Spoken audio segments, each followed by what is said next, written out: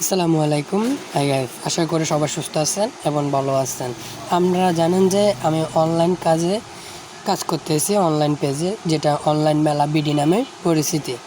তো আমরা যারা অনলাইনে কাজ করি তাদের সবসময় একটা চিন্তা থাকে যে আমরা কী দিয়ে শুরু করব এবং কী দিয়ে শেষ করব, কোথায় থেকে মাল আনবো এবং কোথায় থেকে কিনবো, কী দরে কিনবো, কোথায় গিয়ে বিক্রি করব।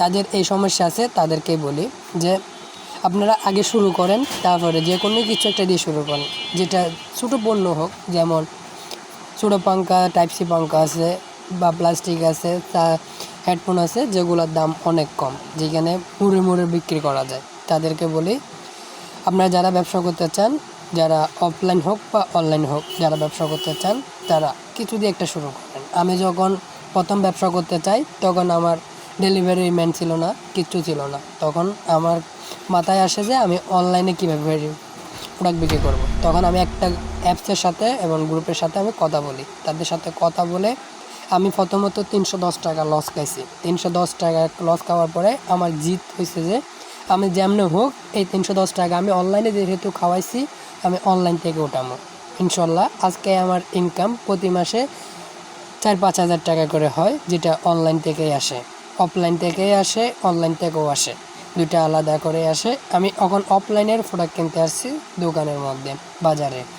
যেসব বাজারে অনলাইন যদি আমরা চট্টগ্রামে হন তাহলে সেক্ষেত্রে আপনি প্রোডাক্ট কিনতে পারেন মুরাদপুর থেকে, এবং রিয়াজিম বাজার আছে, লালহান বাজার আছে, আন্দরকিল্লা আছে। যদি লোহা আইটেম কিনতে চান তাহলে সেক্ষেত্রে বসিরহাট থেকে নিতে পারেন। যদি মোবাইলের আসবাবপত্র যিনি নিতে চান তাহলে রিয়াজদিন বাজার আন্ডারগ্রাউন্ড মার্কেটের মধ্যেও চলে আসতে পারেন। কিন্তু আমি নিব সিলভার আইটেম, সেক্ষেত্রে আমি চলে আসছি মুরাদপুর শহীদ অ্যালুমিনিয়ামে। এখান থেকে আমি প্রোডাক্ট নিয়ে মূলত অফলাইনে ব্যবসা করি। আমি অফলাইনে ব্যবসা করি এবং অনলাইনে ব্যবসা করি। ব্যবসা যেটাই করি না কেন আলহামদুলিল্লাহ আমি সেটাতে শুকরিয়া আদায় করতেছি।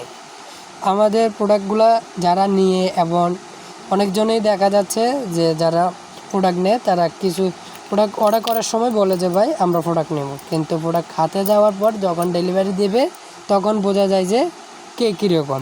অনেকজনে মোবাইল বন্ধ করে রাখে, অনেকজনের নাম্বার বন্ধ করে রাখে, অনেকজনে দেখা যায় যে একজনে কল ধরে আরেকজনকে বলে ভাই এটা আমার প্রোডাক্ট না, এটা আমার ভাইয়ের প্রোডাক্ট, বা এটা আমার না, এটা আমার আব্বা অর্ডার দিছে, এটা আমি দিই নাই, এরকম বলে আর কল রিসিভ করে না।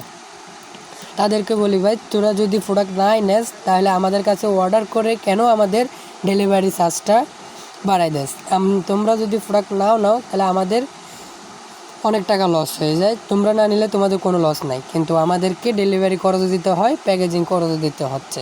তো সেই জন্য বলতেছি আপনাদেরকে, যারা আমাদের থেকে প্রোডাক্ট নিচ্ছেন তারা অবশ্যই আমাদের দুটা নাম্বার দিয়ে সচল করে রাখবেন যেন আমরা আপনাদের সাথে যোগাযোগ করতে পারি। কিন্তু আপনারা যেটা করেন সেটা একদম ঠিক না ভাই। আপনারা আমাদের থেকে প্রোডাক্ট নেন ভালো কথা, কিন্তু এভাবে আমাদেরকে ধোঁকা দিবেন না।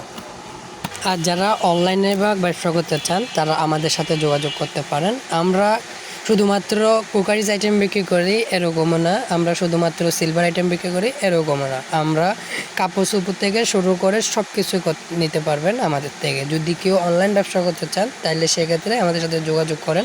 আমরা আপনাদেরকে এমন একটা সেটিং দেখাই দিব বা এমন একটা সেটিং বুঝাই দিব যেখানের মধ্যে আপনি মাসে অনেক টাকা ইনকাম করতে পারবেন, মাসে প্রায় 5 থেকে 6 হাজার টাকা ইনকাম করতে পারবেন যদি আপনি ফেসবুক মার্কেটিং এবং সোশ্যাল মিডিয়া মার্কেটিং যদি জানেন।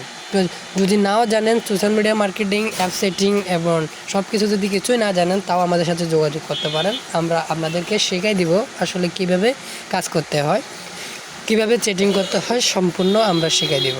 তখন আমি মুরাদপুরে আসছি কিছু অফলাইন দোকানের জন্য প্রোডাক্ট কিনতে। দোকান হচ্ছে মূলত আমার না, আমি চাকরি করি। আমি একটা চাকরি করি আর একটাতে অনলাইনে ব্যবসাও করি এবং অফলাইনেও ব্যবসা করি, 3টা চালাই একসাথে। 3টা চালান মানে হচ্ছে অনেক প্যারা, এগুলো সব কিছু রেডি করতে গিয়ে আমার খুব হিমশিম খেতে হয়। তো আমার সব প্রোডাক্ট কেনা হয়ে গেছে, এখন আমি বাজার থেকে চলে যাওয়ার জন্য চেঞ্জি নিতে আসছি। চেঞ্জির সাথে দামাদামি করে চলে যাব। এখন আমি একটার পর একটা চেঞ্জি দেখতেছি, কিন্তু কোনোটার সাথে দামও বলতেছে না। আমাদের যদি প্রোডাক্ট কিনে আমাদের সব কিছু হিসাব করে চলতে হয়।